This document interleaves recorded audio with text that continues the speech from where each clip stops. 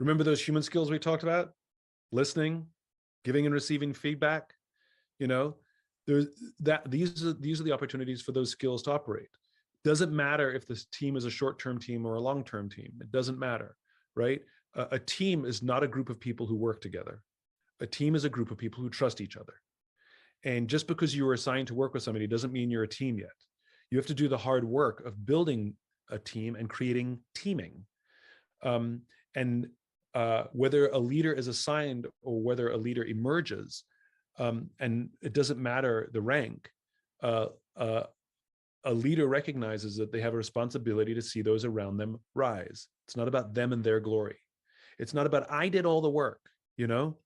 And what's fascinating is a team of average performers outperform a team of high performers every day, for all of the reasons we're talking about, which is, are you in service to your team or are you in service to yourself?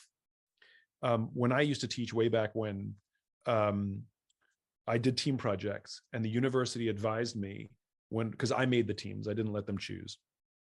I would put my top performers on one team. I'd put my bottom performers on another team, and then I'd spread out the average. Because my original instinct was to take my top performers and put one of them on each team, right? And the university said, don't do that. And so I followed the university's guidance, and I put all my top performers on one team. And literally, as I announced the teams in the class, the rest of the class were like, come on, like I'd stacked the deck. My top performers never, ever, ever got the best grade for their group projects. Never. My top performers spent more time in my office going, but I'm doing all the work and that person's not doing the work. And is it going to affect my grade? And what happens about my grade, me? The average performers, because they knew that they were middle of the pack, they worked together a hell of a lot better. And they always, every year, outperformed the top team.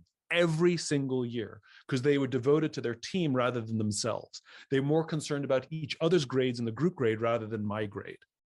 And so that's part of teaming. It's showing up for the team and service to the team, not worrying about the disparities of who's doing more or less work. It doesn't matter, right? If somebody's doing less work, then brush them aside. Like, so what? They're going to get your grade. That means welcome to life, you know? Yeah, it's unfair. Yeah. Congratulations. Yes, it's unfair. You did all the work and they got a good grade. What do you care about them? Worry about yourself, right?